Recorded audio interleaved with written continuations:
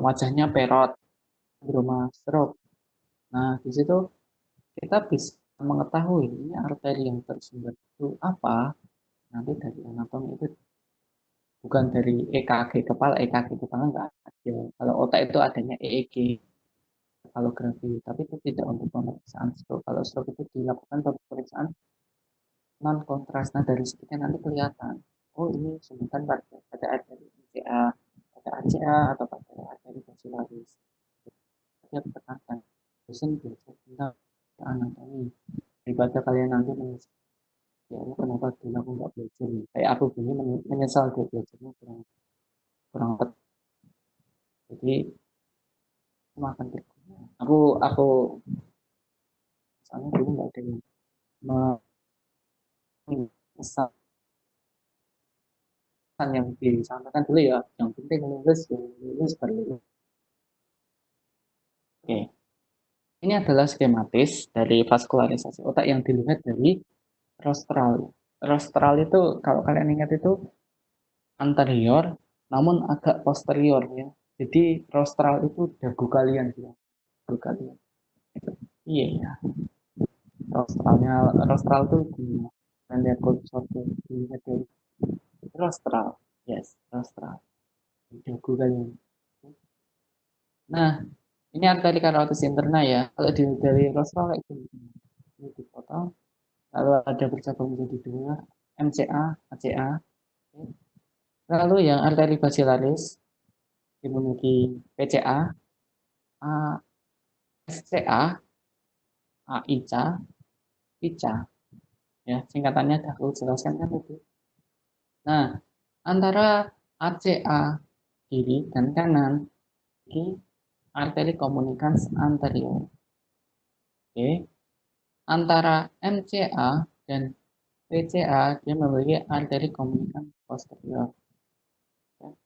Nah, struktur ACA, ACA kanan, komunikans anterior, ACA kiri, lalu arteri komunikans posterior, ya, lalu PCA ini dia membentuk satu lingkaran yang namanya circulus visi, ya, circulus visi. Nah, kalau kalian lihat lagi di sini nanti akan ada si pituitary gland, ya, di tengah sini. Ya udah aku jelaskan tadi ya, drainasenya semua berakhir pada PSVCI ya, atau apa itu, vena jugularis interna. Klinisnya ya CT scan. Jadi ini semuanya adalah sindroma stroke ya. Stroke kan ada dua jenis, stroke iskemik yang sumbatan tadi, entah iskemik karena embolis atau trombosis, dan stroke jenis kedua adalah stroke hemorrhagic. Ini adalah stroke hemorrhagic. Hafalkan saja. Ini anu klinisnya memang complicated dan detail, tapi di sini kalian mungkin bisa mengidentifikasi dari CT scan. EDH adalah epidural hematoma. SDH adalah subdural hematoma. Keduanya ini ya, yang SAH kita skip dulu, EDH dan SDH. Dia memiliki apa itu perbedaan yang keras. Perbedaan yang pertama, EDH atau epidural hematoma ini bentuknya itu adalah biconvex ya, cembung pada dua sisi. Bentuk perdarahannya ya, bentuk perdarahannya itu adalah biconvex ya. Kalau yang STH bentuknya itu convex concave atau istilah gampangnya itu crescent bone dengan itu yang pertama. Yang kedua, EDH ini itu umumnya akibat pecahnya pembuluh darah atau yang akan menyebabkan perdarahan. Pecahnya pembuluh darah dari arteri meningia media. Ya, biasanya benturannya itu pada pelipis. Pelipis ini pada pterion itu loh, pterion. Ya, pterion itu pelipis. Karena di fase internal pterion itu ada apa? Ada sulcus arteri meningia media. Itu ada arteri meningia media. Kalau SDH ini akibat rupturnya arteri, bukan arteri mana, akibat rupturnya vena emisaria secara umum itu. Kalau SAH perdarahannya itu ya pada sistem ventrikel. Ya. Fungsi lumbal, apa ini fungsi lumbal? Jadi semua kasus meningitis ya berarti peradangan, ya, itis peradangan pada mana? Peradangan itu bisa disebabkan banyak sebab, bakteri, virus, jamur. Dari situ, untuk mengetahui seseorang yang meningitis, trias menunjukkan demam, kaku kuduk kepala, dilakukan fungsi lumbal. Fungsi lumbal itu adalah mengambil sampel berupa LCS, ya, LCS. Kalau anatomi itu pentingnya fungsi lumbal dilakukan setinggi apa? Setinggi L3, antara L3 L4 volume per degree atau L4 L5 volume per degree. LCS ada di mana saja. Kenapa harus di antara L3 4 atau L4 5? Agar tidak melukai medula spinalis, ya. Jarum LP atau lumbal puncture ini kecil, ya. Kenapa di sini agak ke bawah, ya? Tentu di bawah sini kan tidak ada medula spinalis, ya. Medula spinalis berakhir pada L2 atau L3.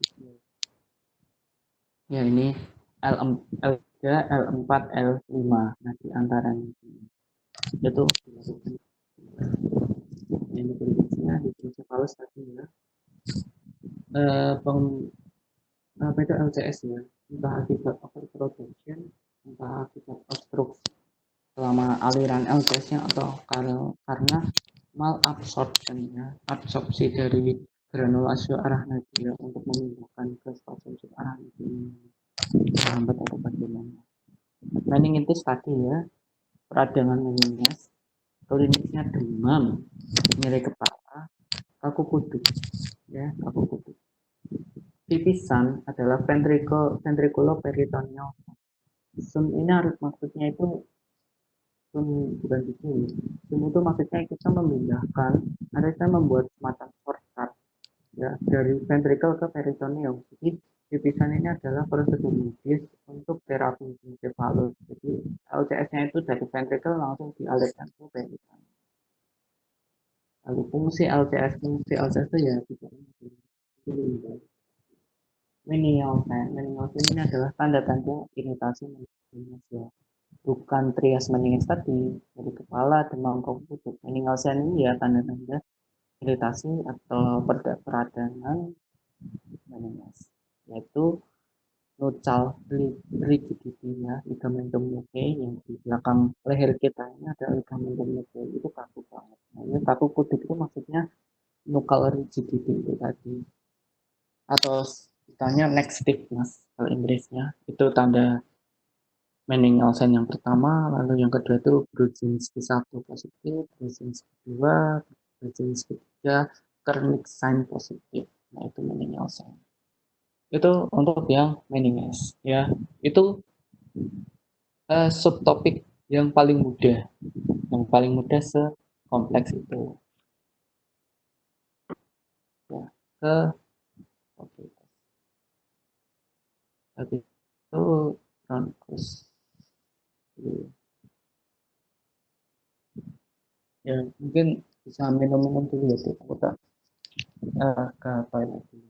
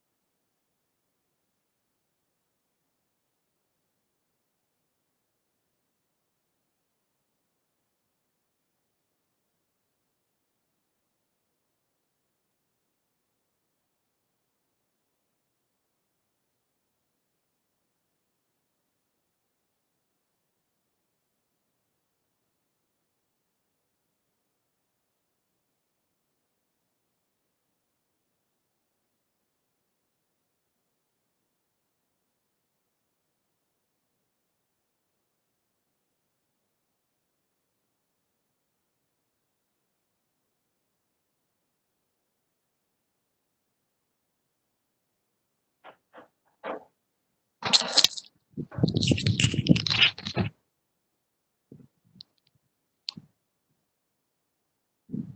Assalamualaikum. Kita lanjut ya. Oh ya, ini kan sampai jam berapa tadi? Waktu 22.30 ya. Gini aja deh. Ini kan kalau slide-slide yang aku tampilin perluan pretest ya. Perluan pretest. Tapi coba belum di skip dulu ya. Soalnya itu bisa materinya overlapping pada hemisferum, pada SNP, SNA gitu. Dan mungkin di lain waktu bisa kita apa itu bahas lagi. Kita ke yang lebih penting aja untuk responsif dan pupil, yaitu hemisfer ya, atau otak itu sendiri. Jadi kelihatan kan? Ya. Kalau kayak aku,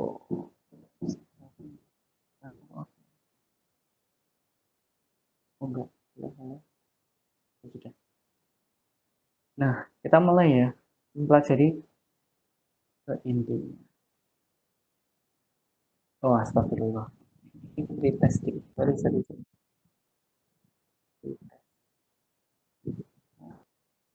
Oh, iya.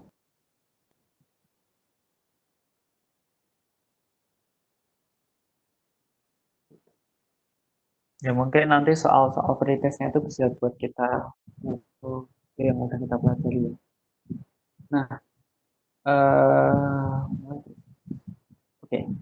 Jadi di mempelajari cerebrum, cerebrum atau neuroanatomi itu sendiri, nanti kalian banyak menemukan terminologi baru.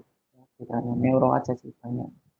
Nah, pada neuro ini untuk memudahkannya kita harus mengetahui terkait embriologi anatomi itu sendiri. Neuro neuroanatomi itu sendiri. Jadi, kalau kalian pernah ingat yang pernah aku jelaskan, di embrio ada tiga lapisan utama, endoderm, mesoderm, sama ektoderm. Oke, di ektoderm ini nanti akan yang membentuk apa itu tuba neuralis ya, tabung saraf. Tabung saraf ini nanti akan berkembang lagi menjadi tiga struktur, empat struktur utama ya. Kalau untuk yang encephalon itu tiga struktur yang membentuknya. Yang pertama itu adalah prosencephalon. Prosencephalon. Yang kedua itu mesencephalon. Lalu yang ketiga itu rhombencephalon. Kayaknya aku pernah jelasin ini deh. Kayaknya waktu waktu di Aslet ya, Prasetya Utami itu sampling kan skripsinya tentang neuroanatomi ya. Kayaknya itu aku entah jelasin ke Angelic apa Arvenia ya, aku lupa itu. Itu kayaknya aku jelasin ini tuh ke beberapa orang, ya, ke beberapa responden. Ya, yang pertama prosencephalon, yang kedua mesencephalon, romencephalon. Singkatannya itu kalau aku ingat sampai sekarang itu palang merah remaja, PMR ya, prosencephalon P, mesencephalon M, romencephalon R, PMR ya. Jadi tidak kebalik-balik dari atas ke bawah. Soalnya dulu waktu responsi aku tiba-tiba lupa mana yang prosencephalon. Itu secara embriologinya. 3 minggu pertama tuba neuralis menjadi tadi ya prosencephalon, mesencephalon, rhombencephalon. Lalu minggu ketiga sampai kelima embriologi prosencephalon menjadi dua ya, dua. Jadi awalnya itu satu balon. Nah, lalu minggu ketiga sampai kelima dua lagi satu dua. Yang pertama ini adalah telencephalon. Telencephalon ini yang tidak bisa korteks cerebri itu sendiri ya. Korteks cerebri, lalu diencephalon. Diencephalon itu yang ya diencephalon kayak talamus, lalu apa ya, hipotalamus, kemudian epitalamus, subtalamus, dan teman-temannya yang diencephalon itu sini ya, yang bukan korteks cerebri. Lalu mesencephalon Nah, mesencephalon ini dari embrio sampai dewasa tetap sebagai mesencephalon. Detailnya adalah midbrain ini ya, mesencephalon atau midbrain bahasa Inggrisnya. Ini. Oke.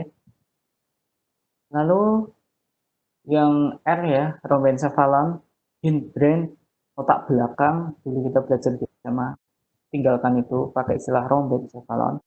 Kita nanti akan berubah menjadi dua, itu metencephalon sama mielencephalon. Ya, minggu ketiga sama kelima. Lalu semakin dewasa lagi, metencephalon ini akan menjadi pons dan cerebellum. Untuk yang mielencephalon, dia nanti akan menjadi medulla oblongata atau bulbus. Ya, ini rhombencephalon ya, pons sama cerebellum ya di sini. Pons sama cerebellum dia dari metencephalon. Oke, medulla oblongata atau bulbus, pakai medulla oblongata aja deh. Bulbus jarang dipakai. Medulla oblongata tadi dari mielencephalon. Itu untuk yang embryologi encephalon. Lalu yang sisanya ini nanti akan membentuk cortex cerebri. Ada dua hemisfer ya, hemisfer cerebri dextra sama letaknya ya pada tempurung kepala ya. Kalau yang kita lihat ini, dilihat dari atas dia nanti akan menempati si calvaria cranii facies interna. Kalau yang sisi inferiornya ini, ya nanti menempati si fossa cranii anterior sama media. Ya. Fossa cranii anterior sama media. Untuk yang fossa cranii yang posterior itu tidak ditempati oleh encephalon, tapi ditempati oleh cerebellum ya, bisa dibayangkan ya. Fossa cranii anterior media. Lalu yang fossa cranii posterior itu agak turun ke bawah begitu, turun ke bawah, dan itu nanti akan dibatasi oleh tadi apa, tentorium cerebelli, mohon maaf, tentorium cerebelli yang di fossa cranii ini posterior itu nanti ditempati oleh cerebellum.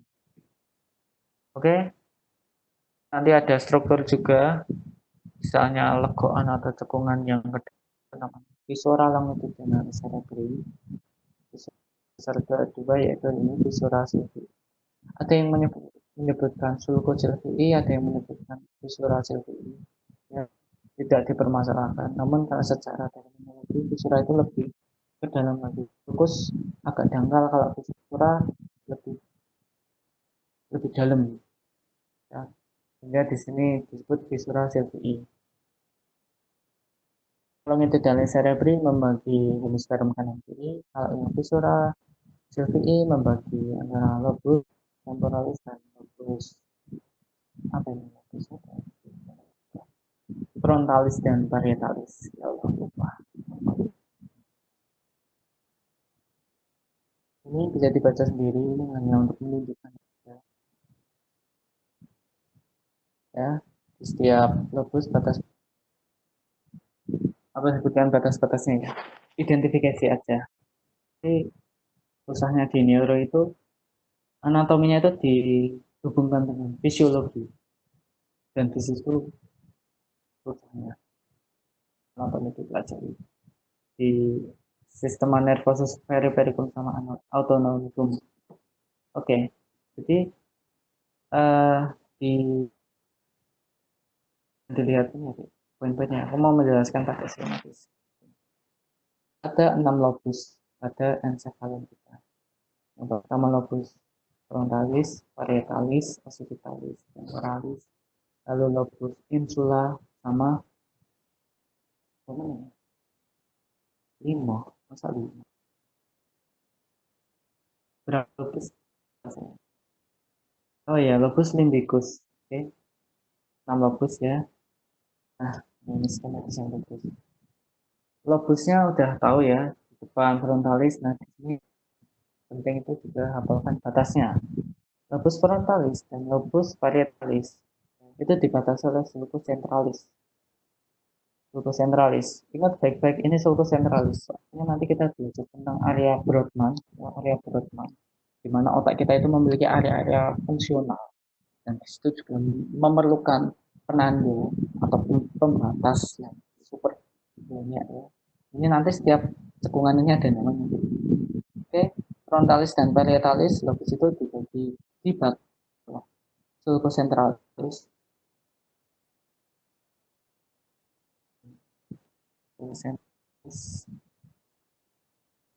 Ini ya, central sulcus, sulcus centralis.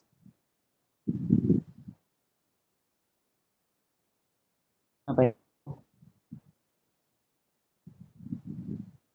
Setelah parietalis,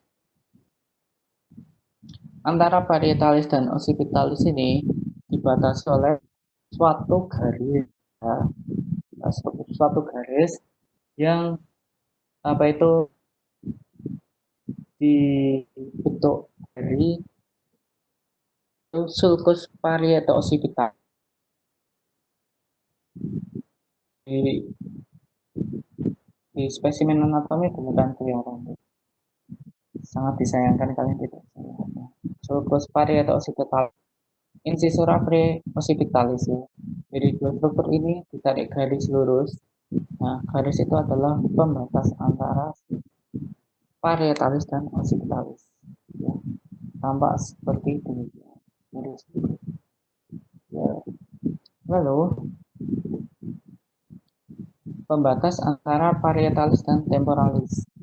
Oke. Dibatasi oleh locus atau visura silvii atau visura lateralis. Ini lobus temporalis. Lalu lobus insula. Lobus insula itu yang di dalam. Jadi saat visura, oh ya, visura lateralis ini kita buka ya. Visura lateralis ini kita buka. Nah, di sini kita dapat lobus insula.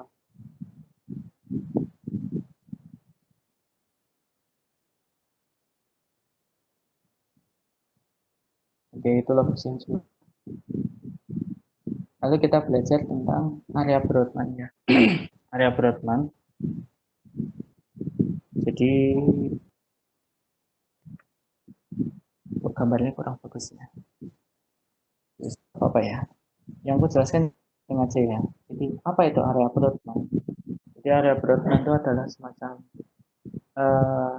kumpulan dari berbagai area atau lokasi-lokasi di otak kita, di mana setiap area yang ditandai dengan penomoran atau penomoran Brodmann,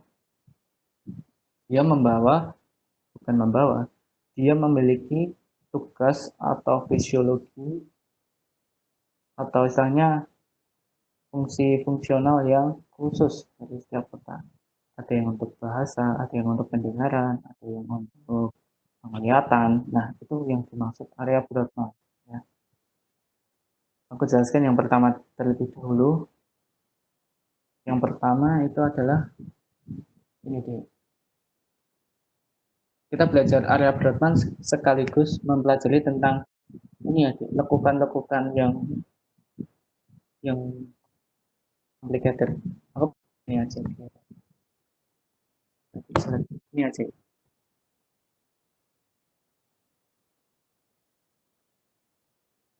Oke. Nanti bagus ini. Boleh?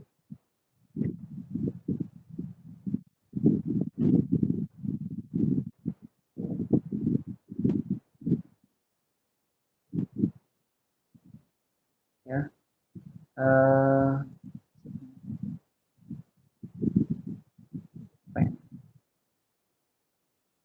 Pertama adalah sulcus centralis. Sulcus centralis. Sulcus centralis. Perhatikan baik-baik. Ya. Ini dilihat dari lokal.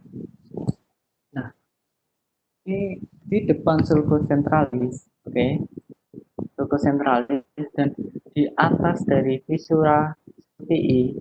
Nah, tepatnya di sini. Kita memiliki area Brodmann 4445. Oke, itu yang pertama. Mohon maaf deh, ini 44 di sini. Ini 44 45. Susah.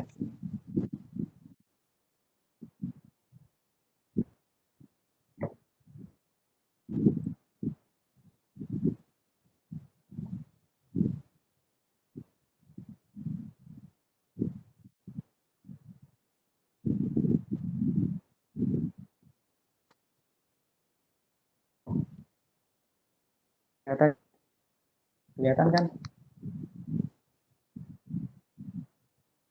Ya aku pakai pen ya ini. Kalau masih di PowerPoint ditegur. Sulcus centralis,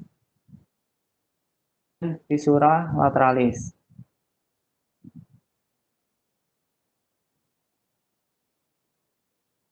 Nah, di sini ada di depan sulcus centralis dan di atas lateralis. Ini ada area Brodmann 44, 45. Ya, aku tahu ini kayak ya pertama kali kalian mempelajari mungkin opo penting ini, penting banget. 4445 ini area Brodmann yang aku lihat yang pertama, namanya area bukan area Brodmann ya, area Brodmann namanya adalah area Broca. Area Broca dengan penomoran Brodmann 4445. Fisiologi yang ia bawa adalah fungsi bahasa motorik, bahasa ekspresi. Oke, itu yang pertama. Lalu yang kedua itu adalah area 43D. Jadi letaknya di fissura lateralis dan di belakangnya, di posterior dari sulcus centralis. Oke. Itu namanya adalah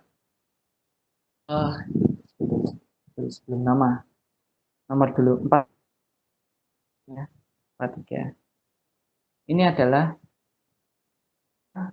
gustatoria primer ya. Gustatoria itu adalah lidah. Jadi kita bisa mengidentifikasi rasa manis, pedas, asin. Pedas sih gak ada ya. Pedas itu asam yang menyakitkan.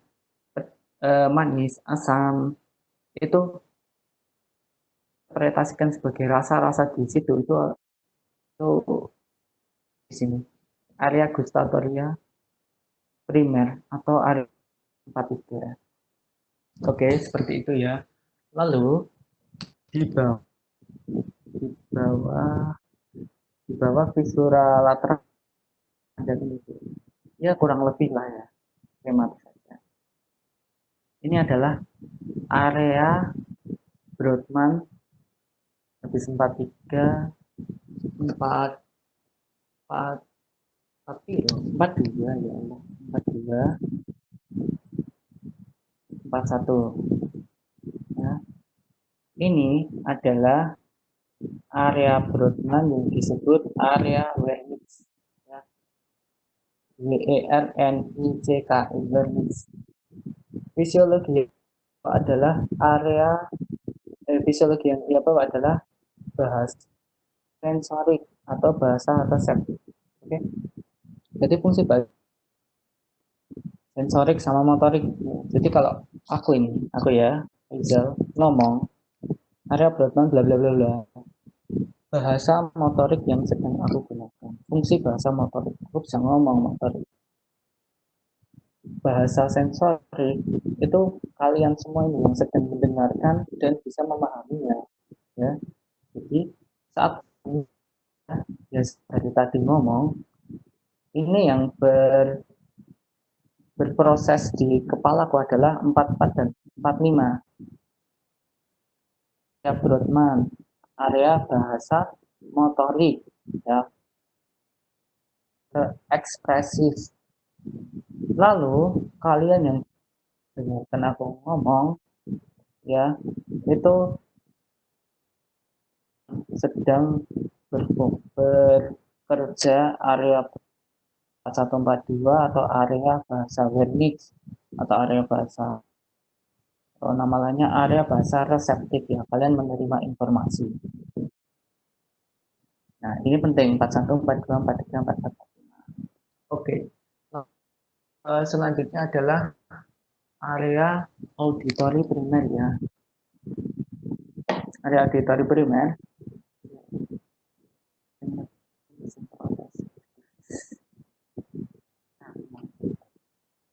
Oke, jadi letaknya pada gilus angularis, gilus angularis di sini. Nah, atau di belakangnya area Wernicke di posteriornya itu ada nomor Broadman beberapa. Jadi Broadman itu sebenarnya diurutkan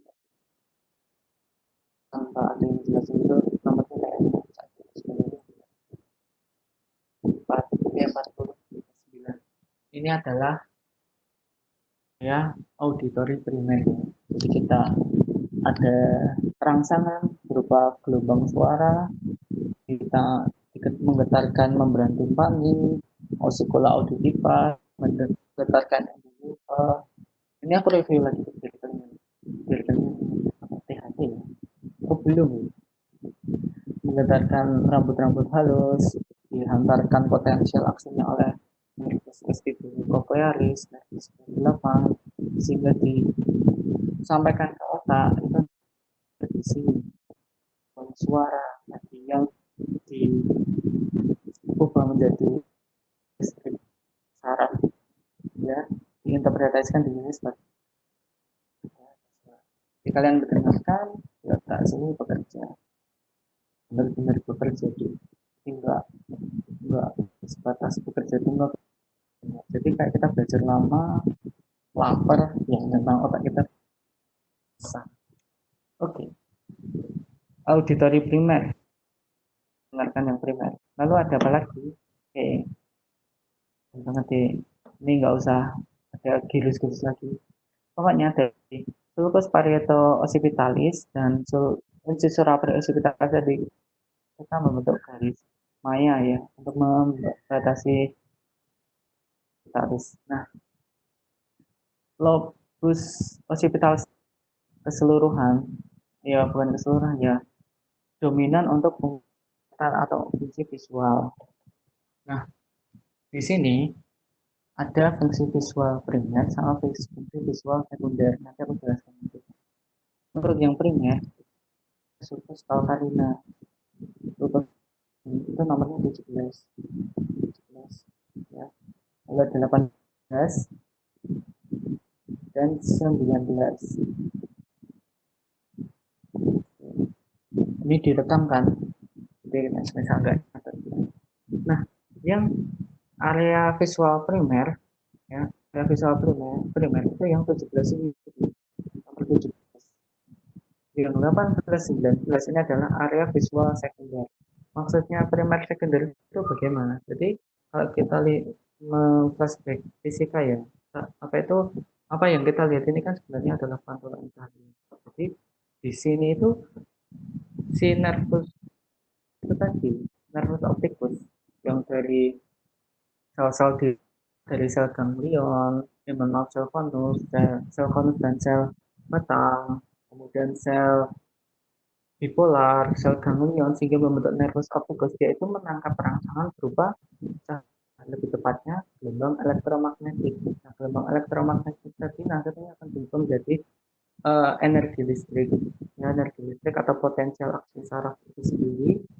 Lalu diinterpretasikan di sini sebagai dua yang primer atau visual primer, yaitu bisa mendeteksi cahaya. Pokoknya ada gambaran, ada cahaya, ada input visual cahaya.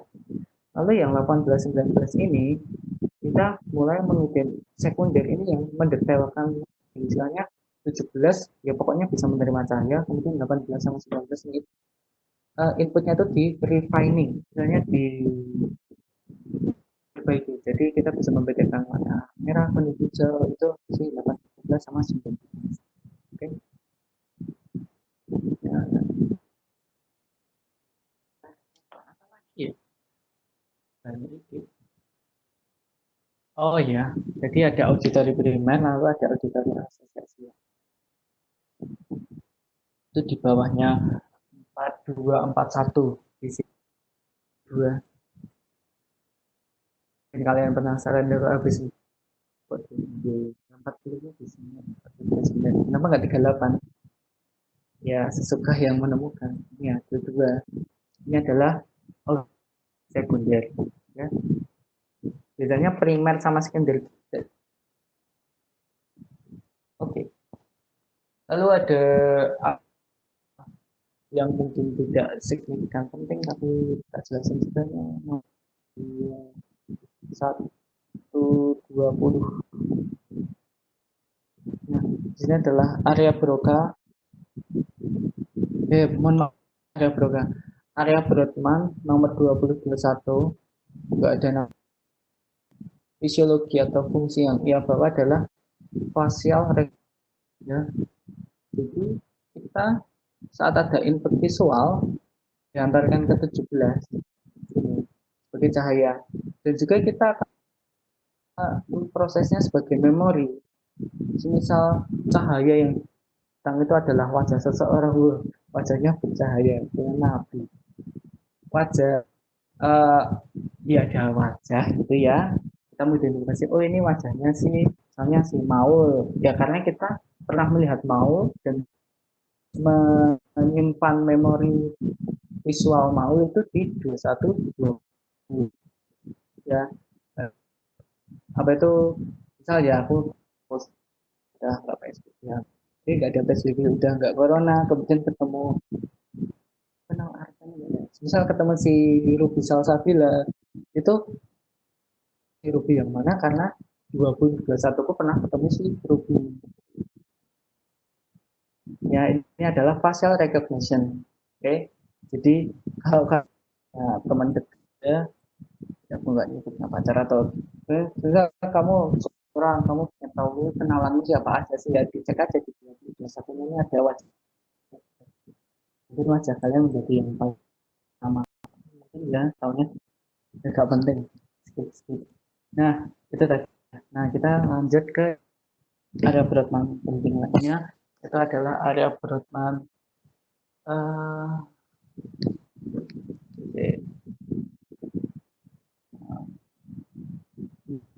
sini Brodmann dulu ya sulcus centralis di depan sulcus centralis sulcus ya itu ada di precentralis ini ada area berempat atau area berhubungan motorik primer ya. Jadi fungsi motorik kita ini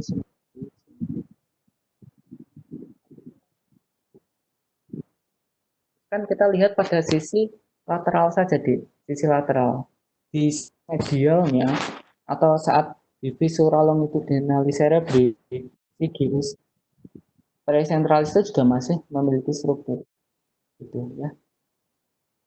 Lalu di belakang dari sulcus gyrus ini post centralis ya. Gampang ya mengidentifikasinya pre post. Nah, ini nomor 4. Lalu yang sensor ya. Di gyrus post centralis ini ada area Brodmann nomor ya. Dan kebalik di nomornya 3, 1, 2. Aku diajarinnya 3, 1, 2. Ada alasan kalau 3, 1, 2 ini adalah area somatosensorik primer. Oke, jadi kalian merasakan panas, dingin, nyeri, rabaan, itu kita bisa menyadarinya itu karena di 3, 1, 2 atau area Brodmann area somatosensorik primer ini kita bisa menginterpretasikannya. Kalau 4 ini tidak interpretasikan jadi dia kan motorik kan. Berarti di area 4 ini dia itu memberikan perintah ya. Perintah ke tubuh kita, lebih tepatnya ke tubuh kita. Otot skelet, ayo kamu bergerak fleksi gitu. Aku ulangi sekali lagi review lagi konsepnya ya.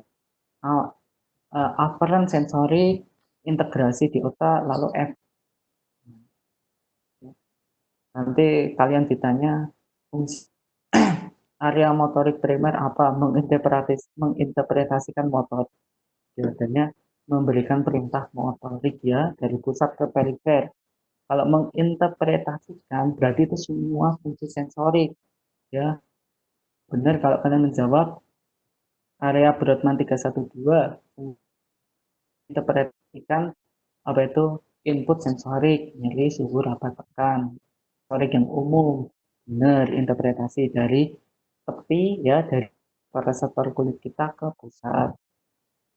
Fungsi area motor visual primer menginterpretasikan benar ya. Sorry, diinterpretasikan cahaya dari tepi retina ke apa itu 18 19. Nah, seperti yang aku bilang tadi, primer dan sekunder itu berdekatan di. Jadi di empat ini area motorik primer dia juga memiliki area itu adalah nomor 6 ya di depan sini. Atau gampang ya di depannya juga benar 468 ya. 468 atau ini virus frontalis virus frontalis superior sama media 468 depan sini. Motorik sekunder. Maksudnya motorik primer bagaimana? Intinya kita memiliki kekuatan otot. Lalu itu misalnya 4 itu motorik primer untuk kekuatan otot. Biasanya motorik kasar. Kita bisa berdiri, bisa menendang bola, motorik kasar. Lalu kita bisa menjahit. Nah itu motorik halus. Nah itu sekunder. Saya refining, memperhalus ya kayak visual tadi. Yang visual tadi kan sensor ini yang motorik. Yang apa itu sensorik dia juga memiliki sensorik sekunder itu namanya 5 tujuh. Saya ingat tuh yang sensorik itu ganjil coba di barat sih di Raul kalau aku tahu yang benar 57 ini yang somatosensorik ya.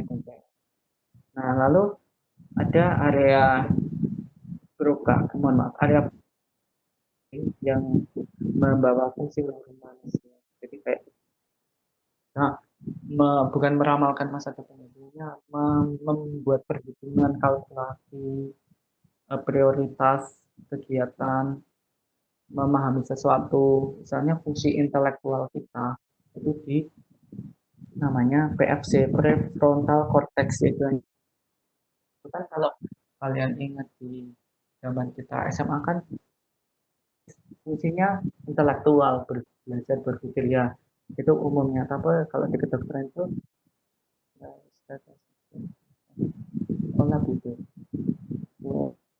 Mau share apa nih?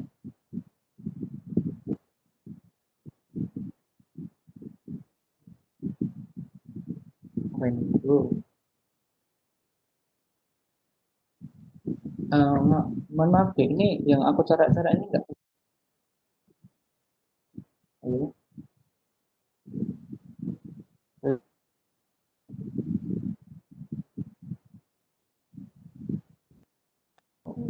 Disconnect.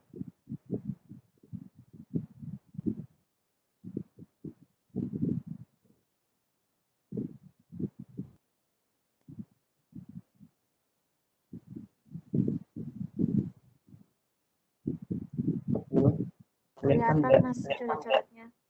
Oh, oh, iya. Aku pakai yang dari pen aja ya.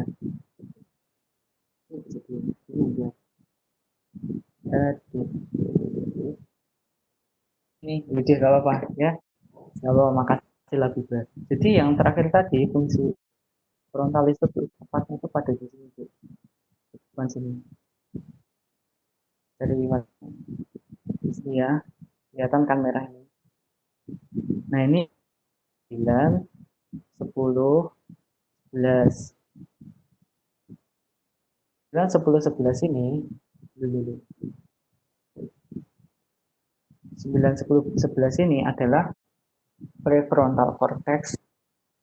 Brodmann 9, 11 itu namanya area ya tadi untuk intelektual kita. 9, 10.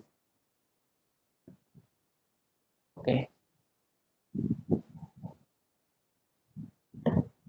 Gimana ini aku tulis? Itu ya, itu ada bloodline dulu. Ini cahayanya apa? Sorry. Kita kembali ke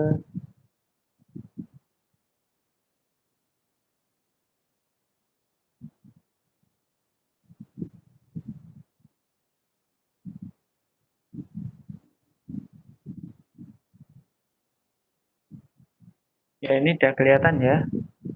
Sekarang ngilanginnya gimana?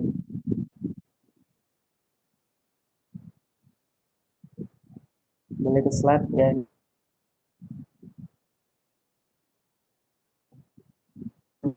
Iya. Bisa baca atau nanti videonya dilihat lagi. Yang Nah, di otak kita itu memiliki serabut ya. Ada apa itu? Serabut proyeksi. Serabut komisura dan serabut asosiasi. Serabut proyeksi itu bagaimana? Serabut proyeksi itu serabut yang berjalannya itu dari bawah ke atas.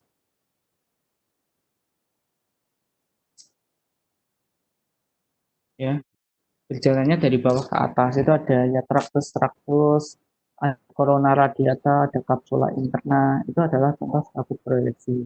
Jadi serabut proyeksi itu di sini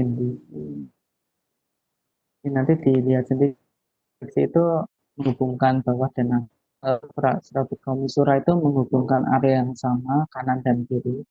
Contohnya adalah komisura anterior, komisura posterior, dan corpus callosum. Itu adalah serabut komisura kanan dan kiri pada daerah yang sama.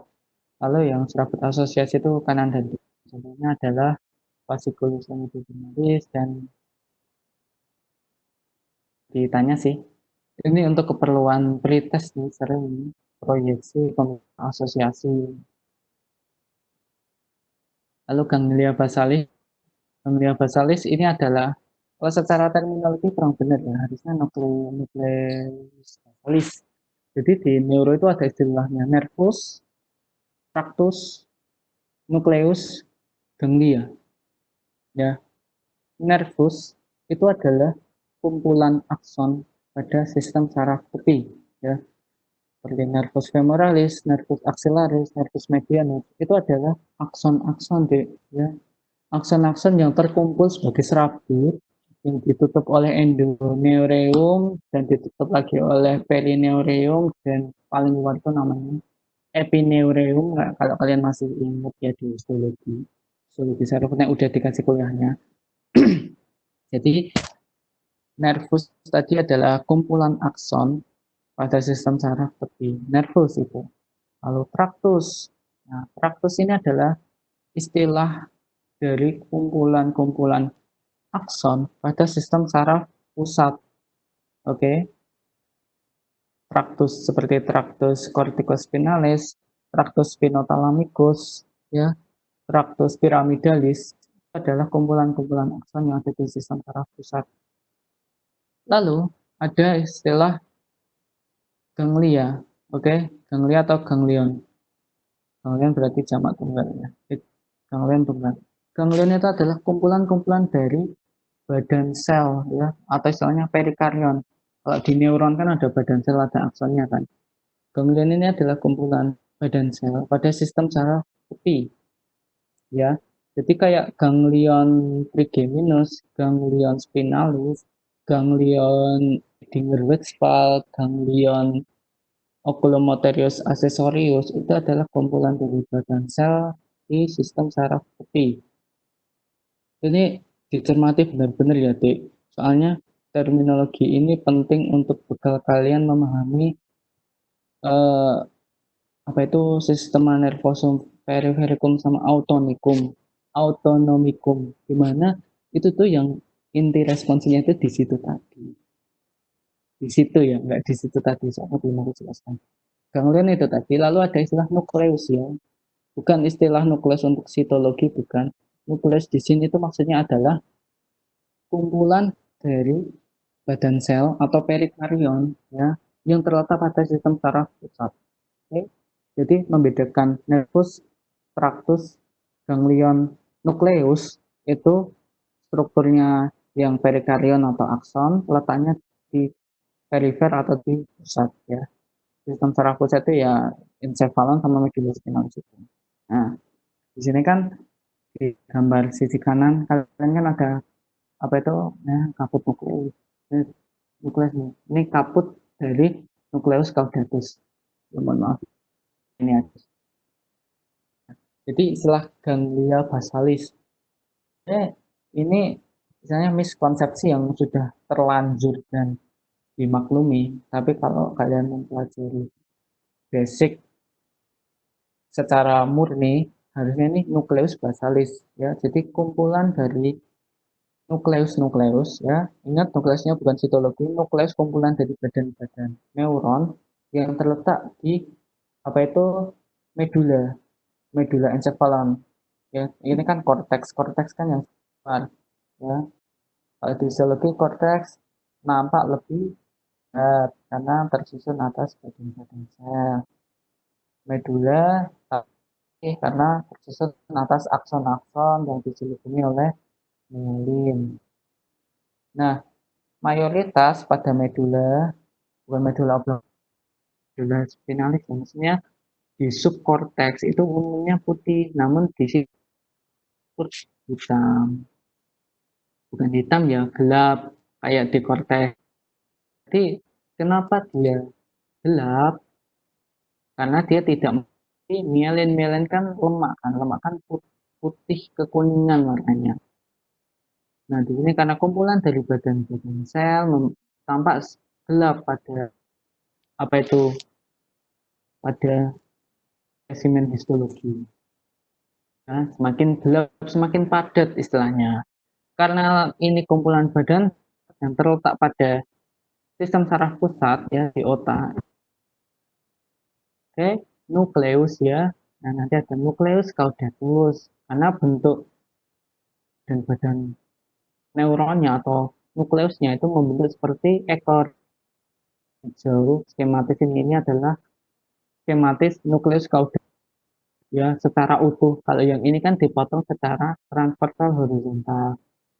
Bagian saja yang kelihatannya, yang terlihat adalah kaput dan si kaudanya. Nah kan kita head of caudate nucleus ya.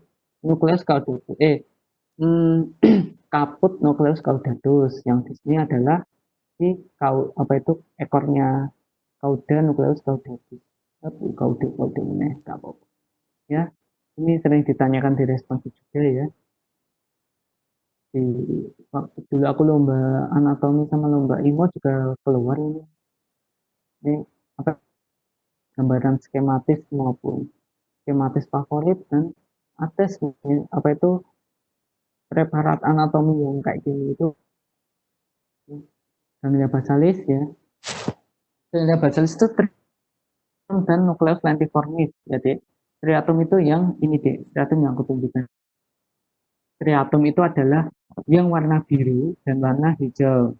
Si putamen dan maaf, putamen yang nukleus caudatus ya. Kalau dipotong setinggi A, nama di sini A ini ya. Ini putamen yang sisi luar ya. Tapi di sini globus pallidus bukan bagian dari striatum. Terus caudatus ini itu membentuk tum ini. Oke. Lalu putamen si globus pallidus dia membentuk struktur namanya nucleus ya. Bentuknya karena seperti lensa ya. Nukleus lens ya lens like shape nukleus lentiformis itu sama putamen. Oke. Nah, ketiga tadi nukleus caudatus, kaput dan kaudanya utuhnya seperti ini dan putamen serta dia membentuk struktur ganglia basalis. Nah, mungkin kalian juga di sini ada struktur yang hitam-hitam. Ini adalah talamus ya, Dek. Talamus itu bukan bagian dari ganglia basalis. Itu misterminologinya gini. Ini bukan ganglia ya, Dek, karena ini di pusat harusnya nukleus basalis. Tapi kalau dosen atau nanti di klinis kalian eh, apa itu sering mendengar ganglia basalis ya toleransi aja lah, dibiarkan salah. Pada akhirnya ini menjadi kesalahan turun temurun. Ya, talamus bukan bagian basalis, namun dia bagian dari apa deh di encephalon.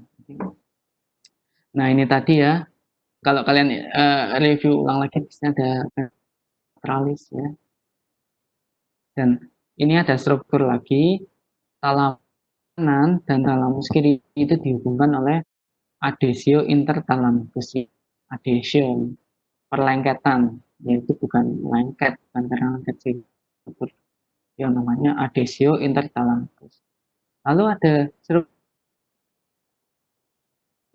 apa itu vertikal lateralis kanan dan kiri, itu namanya septum pellucidum ya. Septum pellucidum ini sekalipun apa sih pentingnya cuma membatasi doang, ini penting karena septum pellucidum ini sebagai indikator terjadinya peningkatan tekanan intrakranial. Normalnya kalau di radiologi septum pellucidum itu lurus, jadi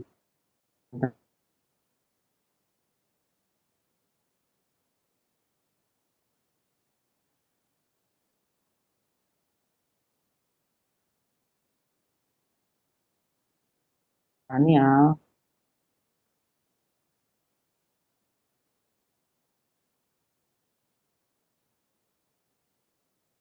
tidak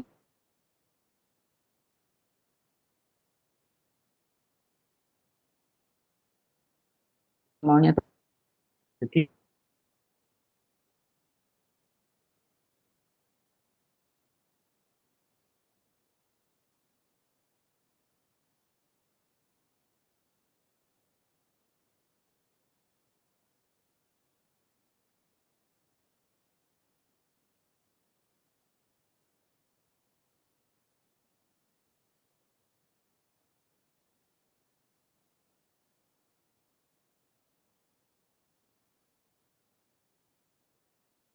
adanya sih septum pellucidum, di mana septum pellucidum secara dasarnya dia adalah pembatas lateralis kanan dan kiri.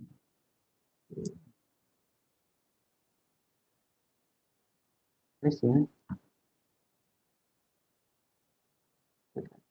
identifikasinya. Kalau fisiologinya ganglia ganglia basalis itu berfungsi untuk uh, fungsi ekstrapiramidal ya, fungsi memperhalus gerakan. Dimana kalau ganglia basalis itu untuk menstimulasi gerakan halus, kalau cerebellum itu untuk menginhibisi gerakan halus ya. Jadi saat terjadi kerusakan pada ganglia basalis, kerusakan pada ganglia basalis itu akan menyebabkan apa itu gerakan halusnya itu rusak. Seringnya disebut sebagai tremor ya, tremor. Jadi kayak penyakit Parkinson, Parkinson disease ya, di mana terjadi neurodegeneratif dari substansia nigra, di mana substansia nigra itu kan menghasilkan apa itu neurotransmitter dopamin untuk kerja fisiologi dari ganglia basalis. Saat terjadi penyakit Parkinson, pasiennya itu akan getar tangannya. Jadi maksudnya getar enggaknya itu saat kalian misalnya apa itu berdoa ya, berdoa mengadahkan kedua tangan kita, sehatnya orang itu ya tangan kita itu diem saat berdoa ya. Ya, orang yang Islam Muslim berdoa itu bisa tenang tangannya saat dikepalkan, bukan dikepalkan, di, di mengadahkan gini. Tapi pada orang tremor itu harusnya saat tangannya itu diangkat, diam itu dia itu getar. Nah, di situ terjadi kerusakan ganglia basalis maupun cerebellum. Nah, fisiologinya ganglia basalis untuk fungsi ekstrapiramidal. Ya. Di ren encephalon itu maksudnya bagaimana? Rin itu hidung olfaktori. Jadi kayak rinitis ya, ada inflamasi pada rin hidung, bersin-bersin di pagi hari. Biasanya dari riwayat alergi. Rin encephalon adalah porsi dari encephalon yang berfungsi untuk penciuman, olfaction function. Ya, ada struktur apa saja? Ada struktur apa itu? Villi olfaktoria, ya, di seperti superior kapungasi yang dulu aku jelasin. Villi olfaktor, dan kemudian ada sel apa ya, sel mitral. Kemudian dia tersusun sebagai apa itu bulbus olfaktor. Nah, di sini bulbus olfaktoris. Lalu sebagai traktus olfaktoris ke substansia perforata anterior ke area perforata anterior. Dan itu pada area Brodmann nomor 28. Kayaknya yang aku jelasin tadi nggak ada nomor 28 sih. Soalnya nomor 28 itu letaknya di medial.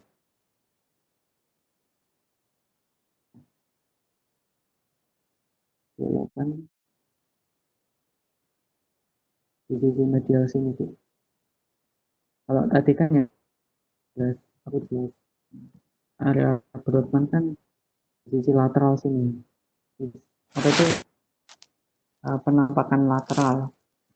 Kalau yang di medial, nah di sini itu ada di sini. 28 itu di sini tuh. Kan responsi Vesterion kalau nggak salah 2017. 28. Nggak ditulis di sini. Ya.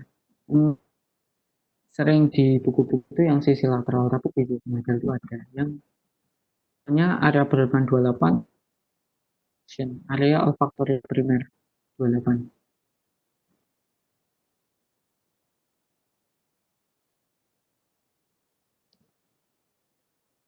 Ya, kan tadi udah saya talamus, hipotalamus, epitalamus. Mungkin dipelajari di endokrin ya, ke histo. Soalnya kalau identifikasi anatomi ya tidak jauh dengan apa yang dijelaskan di histo. Talamus ya, talamus yang tadi struktur di encephalon paling besar ya, talamus. Dia fungsinya sebagai relay station sensory input. Nah, ini tolong diingat baik-baik. Nanti aku jelaskan. Nanti atau dalam kesempatan. Jadi sensory input. Jadi kalau semisal ya tangan kita untuk cangkir panas, di situ di kulit di jari-jari kita, di situ ada reseptor nyeri dan suhu. Ya, itu namanya free nerve ending, serabut bebas. Reseptor serabut bebas ya. Free nerve ending, nanti ada corpusculum pacchiani, corpusculum Merkel, corpusculum apa Ruffini, itu yang dulu kita belajar di SMA itu ada reseptor-reseptor. Ya, dari reseptor itu nanti dia akan diteruskan sampai ke ganglion posterior ya, radik posterior. Jadi kan di medula spinalis kalau kalian ingat ya, pernah baca di radik posteriornya itu kan ada gelembung kan di, ya membedakan radik posterior sama anterior kan, kalau yang posterior ada gelembungnya. Nah di situ kumpulan dari badan sel ganglion apa tadi ganglion spinalis ya. Ganglion tadi apa? Kumpulan badan sel. Di situ ada badan selnya, yaitu serabut sensorik atau eh, apa itu neuron pertama ya. Jadi reseptor-reseptor di telapak tangan kita itu tadi adalah dendrit-dendritnya, lalu badan selnya ada di apa itu ganglion ganglion spinalis ya. Lalu aksonnya itu ada di cornu posterior medulla spinalis. Nah, lalu di tepatnya pada substansia gelatinosa itu ngomongnya mas. Nah, diingat-ingat aja. Ya, ini sering ditanyakan di responsi yang menyebabkan tidak banyak mahasiswa tidak lulus. Nanti dia akan menjadi tadi ya, neuron pertama bersinaps pada substansia gelatinosa. Nanti dia akan di apa itu sinapsnya itu akan diterima oleh dendrit dari neuron kedua. Neuron keduanya ini tidak lain adalah tractus spinothalamicus. Ya, penamaan tractus itu berdasarkan dari mana dia berasal, where it origin is, dan di mana dia berakhir, ya, where it terminates. Pada thalamus spinothalamicus. Nanti di thalamus dia akan bersinaps lagi, ya, ke neuron ketiga. Di thalamus ini, thalamus kan gelap kan, Dek. Dia itu tersusun oleh badan-badan sel dan nanti akan berakhir pada mana, Dek? Kalau sensorik berakhir di area Brodmann 312 somatosensorik primer, ya. Jadi maksudnya relay station for sensory input di input-input tubuh kita nanti akan terkumpul di thalamus. Entah nyeri yang aku contohkan tadi, entah suhu, tekanan, rabaan, getaran, diskriminasi, bukan bukan perlakuan diskriminasi gitu, enggak. Diskriminasi itu maksudnya posisi sendi gitu ya. Itu nanti akan terkumpul di thalamus, ya. Lalu akan berakhirkan atau dikirimkan ke pusat yaitu pada somatosensorik primer. Lalu ada hipotalamus. Hipotalamus ini adalah pusat dari hemostasis tubuh kita, ya. Entah hemostasis suhu, metabolisme, hormon, semuanya dari hipotalamus, ya. Jika temperatur, misalnya ada infeksi, temperaturnya dinaikkan biar lingkungan tubuh kita itu tidak subur untuk kolonisasi bakteri. Jadi kayak kenapa ada infeksi seseorang itu demam, ya memang respon tubuhnya harus demam biar bakterinya itu tidak terus terus apa itu terus berkembang biak. Dan lalu kalau orang demam kenapa dikasih paracetamol bukannya mengurangi? Ya tetap dikasih paracetamol, soalnya kalau demam terus kan juga menyebabkan ketidaknyamanan atau bahkan bisa menjadi kejang, ya, kejang demam namanya pada anak-anak. Samping demam, kalau memang ada tanda-tanda infeksi tentu diberi antibiotik, ya. Yaitu nanti untuk klinisnya itu ya kedokterannya itu nanti kayak di situ tadi yang dijelaskan. Tapi tentu harus berbekal di anatomi fisiologi, ya, semua basic science kedokteran. Metabolisme ya mungkin menghasilkan apa itu grelin, leptin. Jadi kayak kita, aduh aku ya memang hipotalamus kita mendeteksi kelaparan. Lalu hormon kayak hormon-hormon ini aksis pertama ya, Dek. Aksis pertama kayak HPA aksis, hipotalamus pituitary aksis. Jadi hipofisis kita atau kelenjar pituitary ini dia terstimulasi oleh stimulasi hormon hipotalamus dulu. Biasanya hipotalamus ini adalah hormon releasing, ya, TRH. Contohnya salah satu thyroid releasing hormone. Dan glandula pituitary atau glandula hipofisis ini umumnya adalah hormon stimulating. Jadi TRH dari hipotalamus di, apa itu diterima oleh glandula pituitary tepatnya pada anterior sehingga menstimulasi sel-sel sel-sel sel-sel pada glandula tersebut untuk menghasilkan TSH, ya, bersesuaian TRH, TSH. CRH corticotropin releasing hormone ke ACTH, adenocorticotropic hormone juga. Ya dihafalkan ya, Dik. Penting juga itu. Epitalamus dan subtalamus ini terutama untuk papes ya, Dik. Papes untuk kontrol emosi. Jarang ditanya baik fisiologi maupun struktur anatominya yang mana. Jadi ini kalau sudah dijelaskan. Ini nukleus pada talamus, ya. Yang sering ditanyakan itu ada nukleus PPL. PPL mana? Ventroposterolateral. Yang ventral, ya, nukleusnya banyak lagi kan. Lagi talamus, ya, kan dia tidak terang karena dia gelap. Ya iyalah, tapi dia gelap karena tersusun atas badan-badan sel. Kumpulan dari badan-badan sel di sistem saraf pusat disebut sebagai nukleus ya. Ya ini konsepnya dibekali benar-benar nanti nggak bingung. Konsepnya paham neurologi tentu punya bekal dasar yang bagus. Sehingga disebut sebagai talamus, bukan nukleus talamus gitu, enggak.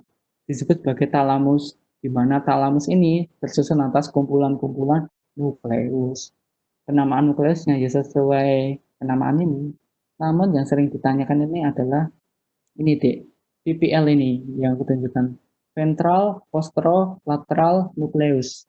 Karena nukleus PPL ini yang terletak di ventral, agak lateral, agak posterior PPL nukleus, ini adalah nukleus yang berfungsi sebagai ini tadi, relay station for sensory input. Seluruh tubuh semuanya di sini PPL, lalu diakhirkan atau dikirimkan lagi ke 312 somatosensory primer, area Broca 312. Namun nukleus selain PPL ini juga memiliki banyak fisiologi ya. Contohnya nukleus anterior ini dia sebagai satu relay station circuit pathways, dan juga banyak lagi dibaca lagi di textbook. Namun untuk keperluan anatomi terutama jarak yang sering ditanyakan, PPL nucleus of thalamus, IMO juga ditanyakan. Oke, ini yang fokus ya dek. Lebih aku jelaskan waktu sistem saraf peti ya. Sistem saraf peti yang keluar, tempat keluarnya saraf kranial. Jadi kan kalau saraf kranial dulu kita juga mempelajari tempat keluarnya pada basis kranii. Namun lebih ke dalam lagi kita nanti akan tempat letak keluarnya dari saraf kranialis di truncus. Jadi dari truncus nanti keluar, ya nanti akan itu melewati basis krani yang sudah kalian pelajari di blok muskuler dulu. Jadi saling berkaitan. Nah ini ada nukleus hipotalamus. Jadi talamus tadi memiliki struktur nukleus ya, karena memang kumpulan dari nukleus. Ke hipotalamus itu sendiri ya, yang memiliki banyak apa itu nukleus. Ini pentingnya yang ini kayak nukleus apa itu paraventricular nucleus of hypothalamus ya. Dimana nukleus paraventricular yang warna biru ini dia itu pusatnya dari sistem saraf otonom.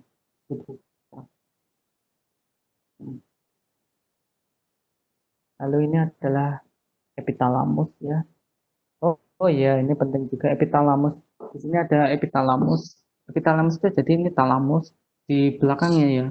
Gak ada posterotalamus itu nggak ada namanya epitalamus. Nah, epitalamus ini dia memiliki struktur ya. Struktur ini. Ya ini adalah namanya ialah corpus pineal body. Di mana dia menghasilkan hormon melatonin untuk siklus bangun tidur harian atau istilah mediknya siklus circadian. Oke. Mungkin akhir-akhir ini terganggu karena sering bubuk malam. Lalu ada nukleus habenularis ya. Nukleus habenularis untuk darah nggak penting.